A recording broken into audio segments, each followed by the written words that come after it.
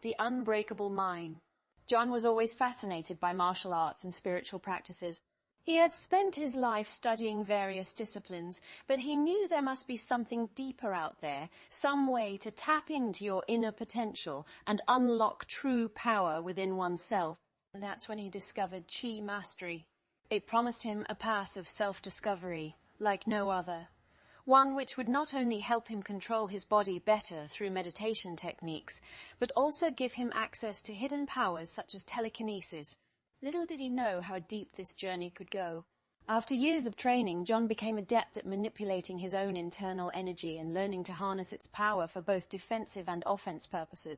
With every new step forward on his journey, his skills improved exponentially until eventually, after months of rigorous practice, he felt himself able to focus all of his attention onto any external object and influence it. This skill gave him immense satisfaction, since it seemed impossible just weeks ago. However, what excited him most were stories about ancient practitioners who allegedly developed psychic abilities beyond mere physical manipulation using their minds alone. And so, John set out once again to reach these levels too. His first stop was an obscure temple located high up in the mountains where people claimed to have seen great miracles performed by monks centuries before. Upon arriving here, however, John quickly realized that many things are much harder than they seem if you want them done right. In order to gain admittance into this place, John needed to pass a series of tests designed specifically to weed out those whose intentions aren't pure enough. To do that, he needed to demonstrate absolute mental clarity while performing complex tasks under pressure. For days he struggled with exhaustion and fear, pushing past the boundaries of pain, until finally he succeeded and gained entry into the sacred grounds. But his trials weren't over yet. At last, John reached the monastery itself.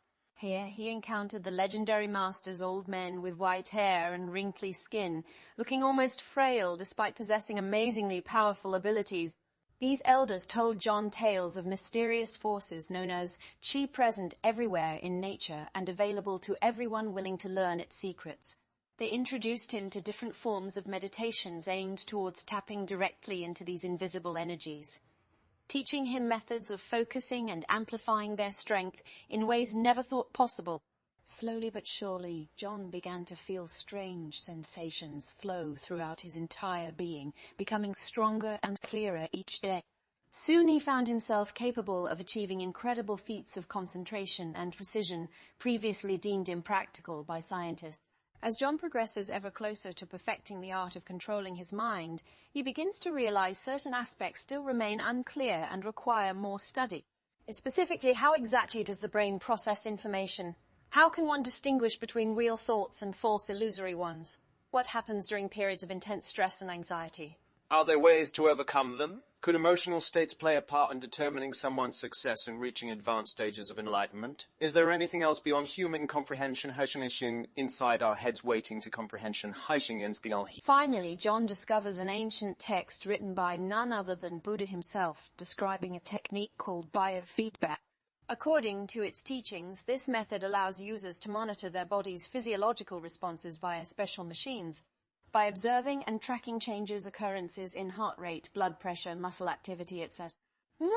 Individuals can become aware of otherwise undetected issues affecting performance and develop coping strategies accordingly.